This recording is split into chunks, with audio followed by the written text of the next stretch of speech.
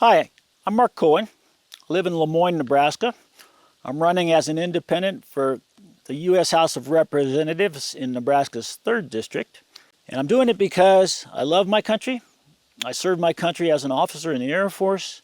I believe in the American ideals of democracy, freedom, equality, freedom of religion, freedom of speech. And that's why I've decided to put myself out there as somebody who can run and who can win and who can help Nebraskans in the 3rd District. I'm here with my friend Jill. Jill is a retired teacher, and Jill's going to ask me some questions so you folks can get to know me better. So why do you think, and what do you mean, that America's on the wrong track? So for most of our lives, America was at or near the top in every category: education, healthcare, freedom of the press. And the trend in recent decades has been downward, and I want to try to fix that. And I think there's 2 reasons for it. One is over time, corporate money has gotten more and more prevalent in politics, and to the point where now the people who are supposed to be representing us are representing the big corporations. And the other reason is similar. You know, billionaires are basically allowed to buy elections because they can make unlimited contributions to PACs. This noise prevents real Nebraskans from being heard because the representatives are working for the billionaires and the corporations, not working for Nebraskans. Do rural Nebraskans feel they're being heard? No, our current representative has been in Congress for nearly 19 years. He doesn't live here anymore. He primarily lives a few blocks from Capitol Hill. While these administration policies and the tariffs are hurting our farmers and ranchers, the one-size-fits-all immigration policy is making it hard to hire farm workers, hard to hire people to work in the meatpacking houses. And, the rural Nebraskans feel that the current political leaders are representing the corporations and not listening to them.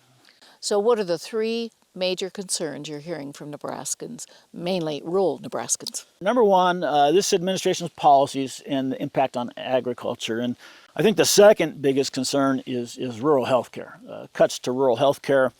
There's already been hospitals and clinics that have closed. But even more importantly, when people don't have access to health care, they move to some other place where there is health care, so the small town life starts to die. And then I think the third concern, just in general, is the fact that our economic system now is just geared towards giving tax cuts to the rich and instead of having a government that actually works for the people. So what are you hearing about the incumbent and how he's dealing with these issues?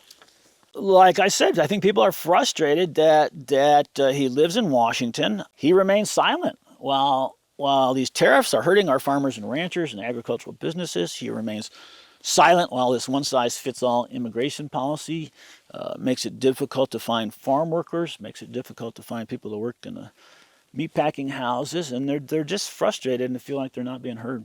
So why do you think you would be the best to serve the 3rd District? Well, couple reasons. One of which is I live here. The other thing is, as an independent, I won't be beholden to a political party. I won't have to answer to an administration. I won't have to answer to a party leader. I'll be free to speak for the people of Nebraska, and I think that's what they want. Earlier you said there were some so-called wedge issues.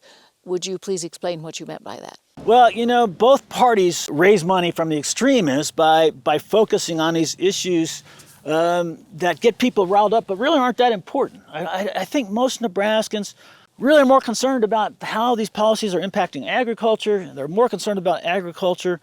They're really not that concerned about all these so-called wedge issues. They feel those things are drowning out their voice on the issues that really matter. You were telling me about your agricultural law background. Could you explain that, please? Sure. I lived in a small town for a long time. At some point in my law career, I decided to go back to school. I got an advanced degree in agricultural and food law, and from that point forward, I spent the bulk of my legal career, helping farmers and ranchers. Being in agriculture law, and you were talking about the 80s, how we had that crisis, do you think we are headed towards another possible crisis? Yeah, so in the late 1980s, the land values plummeted, and I was practicing law in Omaha, and so many farmers were struggling, and the implement companies were repossessing equipment. And Congress actually had to create a new bankruptcy chapter, Chapter 12, just to help the farmers and the ranchers. And I do feel we're headed towards another crisis right now. These tariffs have really hurt our markets. Price of fertilizers going up, price of equipment's going up. And I'm very afraid that we're headed towards another crisis like that. Tell us about your ties to Nebraska and what you did when you came to Nebraska. Sure. I first came to Nebraska more than 40 years ago as an officer at Offutt Air Force Base. Both my parents were Air Force officers, so when I finished law school, I joined the Air Force. I was at the Air Force Base in Omaha for 4 years, south of Omaha. For 2 of those years, I was also a Special Assistant U.S. Attorney, which is a federal prosecutor in Omaha.